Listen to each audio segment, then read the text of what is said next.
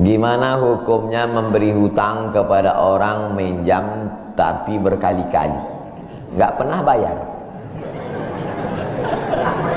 Apakah kita termasuk orang yang menzolimi dengan tidak mendidik orang tersebut menjadi mandiri? Karena sepertinya tak pernah mandiri dan tidak berniat untuk melunasi. Ayat yang paling panjang dalam Al-Quran, surat Al-Baqarah 282, satu lembar. Bukan tentang puasa, bukan tentang sholat, bukan tentang baca Quran, bukan tentang zikir, tapi ayat yang paling panjang tentang bayar hutang. Sholatnya banyak, puasanya banyak, zikirnya banyak, baca Qurannya khatam, tapi kalau bayar utang tak dibayar, di akhirat kau akan cari dia. Oleh sebab itu ada orang mati syahid. Oh, mati syahid. Orang mati syahid nggak merasakan sakratul maut. Orang mati syahid nggak merasakan azab kubur. Orang mati syahid tidak merasakan hisab. Orang mati syahid langsung masuk surga. Ilat dain, kecuali hutang. Makanya kalau ada orang menagih hutang, itu dia bukan pelit, dia sedang menyelamatkan saudaranya dari makan haram. Makanya datang ke rumah dia. Habis pengajian nih langsung datang. Assalamualaikum, waalaikumsalam. Kau mau menagih ya? Aku bukan mau menagih, tapi menyelamatkanmu, anak cucumu, istrimu, tetanggamu dari makan haram. Ya ayyuhalladzina amanu, hai orang-orang yang beriman, hai orang yang percaya bahwa setelah mati dia akan hidup lagi menghadap Allah. Idza tadayantum bidainin, kalau kau menjalin transaksi hutang piutang, ila ajalim musamma, sampai ke batas waktu tertentu, faktubuh, tulis, saya pinjam kepada kamu 500.000, akan saya bayar pada bulan Mei. Tahunnya jelas. Banyak juga bulan Mei, maybe yes, maybe no. Bulan berapa? Bulan Mei tahun 2020. Oke. Sekarang bulan Maret. April 1 Mei 2020 datang tagih. Kapan kau bayar? Mohon maaf aku nggak bisa, istriku baru meninggal, anakku pun sakit. Itu jangan kau cerita panjang lebar, tak tahan air mata aku mau menetes. Kalau dia dalam kesulitan, fanaziratun ila maisarah, tunggu sampai dia lapang. Maisarah artinya lapang. Tunggu sampai dia lapang. Setelah dia lapang, datang lagi bulan Juni. Kapan kau bayar? Aku belum bisa. Nampaknya lebih banyak ongkos minyak aku daripada uang yang kutagih. Yang paling bagus, wa antasaddaqu khairul lakum, kau sedekahkan itu lebih baik. Karena aku pun makin datang makin kumat darah tinggiku, kolesterolku pun makin naik. Jadi untuk yang 500.000 itu ku sedekahkan aja lah, ambil. Tapi yang menghafal ayat ini yang ngasih pinjaman, bukan yang minjam. Sekarang banyak salah hafal, yang minjam pula yang hafal. Begitu kita tagih, kapan kau bayar? Wa anta saddaqu khairul lakum, kau sedekahkan itu lebih baik. Itu ayat aku. Ayat kau 8282. Banyak sekarang orang salah hafal ayat. Jadi dalam Islam hutang piutang adalah ajaran tolong menolong tertulis dalam Quran. Namanya fikih muamalah. Ada fikih ibadah, sholat, zakat, puasa. Ada fikih jihad, jihad fisabilillah. Ada namanya fikih muamalat. Hutang piutang, gadai menggadai, pinjam meminjam, murabahah, mudharabah, bagi hasil. Maka hutang piutang ini cara tolong menolong.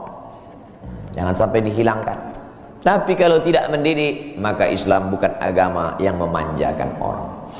Ada anak yang kurang ajar kepada orang tuanya. Bagaimana caranya berbakti kepada orang tua yang telah wafat? Apakah anak ini masih dapat ampunan Allah Subhanahu wa ta'ala? Datanglah seorang bapak mengadu kepada Umar bin Khattab. Assalamualaikum Khalifah Amirul Mukminin Umar bin Khattab. Waalaikumsalam. Ini anak saya kurang ajar, tolong dihajar dulu. Kata Umar bin Khattab, Umar bin Khattab orangnya bijaksana, dia tidak mau main pukul. Dia tanya dulu, kenapa kau kurang ajar pada bapakmu? Hai Umar bin Khattab, kata anaknya, ya, apakah seorang anak itu punya hak terhadap bapaknya? Ya. Apa hak anak? Mencarikan ibunya yang solihah, memberikan nama yang baik, memberikan makanan yang halal. Itu hak anak. Kata anaknya, ibuku tidak baik, makanku tidak halal, namaku pun tak baik. Apa kata Nabi kepada bapaknya? Apa kata Umar kepada bapaknya? Laqad aqaqtahu qabla an ya'aqqa alaik. Sebelum anakmu durhaka kepadamu, kau sudah durhaka duluan kepada anakmu. Jadi kalau begitu, ada anak durhaka, ada bapak Ini jangan sampai anak bapak tahu. Nanti dia pulang, anak durhaka kok. Dia senyum, kau bapak durhaka. Ibunya tak baik, namanya tak baik, makannya tak baik. Kasih dia nama yang baik, kasih dia makan yang halal. Kadang-kadang kenapa otaknya tak lurus? Karena makannya tak halal. Dikasih dia makan riswah, makan sogok, makan haram. Kenapa kau kasih makan haram? Gimana lah Pak Ustadz, yang haramnya aja pun payah. Astagfirullah. Allah sediakan alam semesta begitu banyak yang halal. Kenapa kau kasih dia makan haram?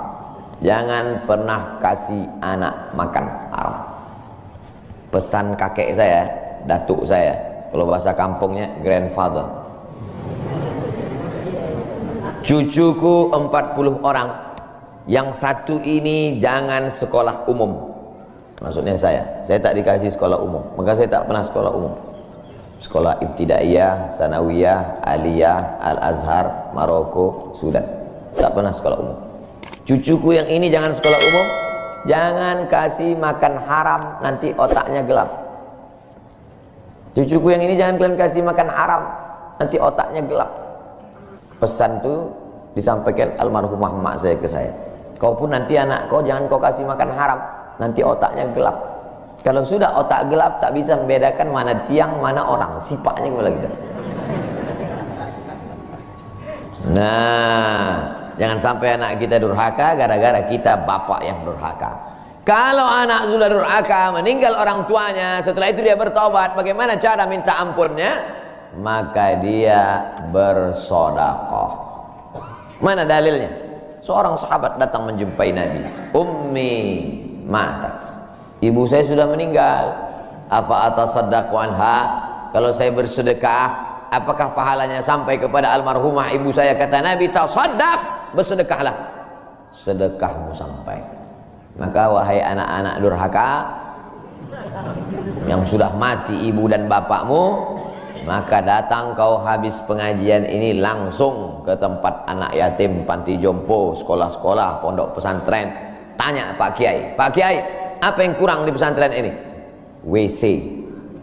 Karena pesantren santrinya 1000, WC-nya 2. Bayangkan panjang antriannya. Berapa yang keluar dalam celana?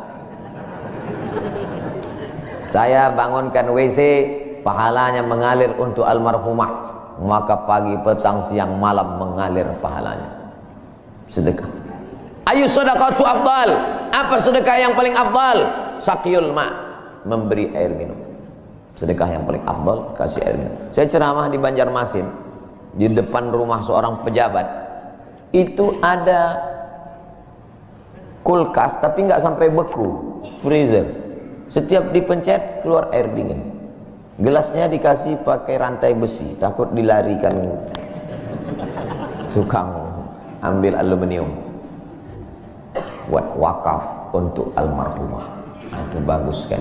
Saya ceramah di Malaysia, di pintu masjid itu ada kotak box. Kalau kita ambil satu botol, keluar botol baru. Ambil satu botol, keluar botol baru. Wakaf untuk, itu bagus, sedekah. Jangan sedekah teh botol, nanti dia kena diabetes. Air putih, ini bagus, mengalir. Sedekah sumur bor, pergi ke masjid, putar keran nggak ada air, tanya pengurus masjid, Pak pengurus, ya mana sumur bor? Nggak ada, saya buatkan.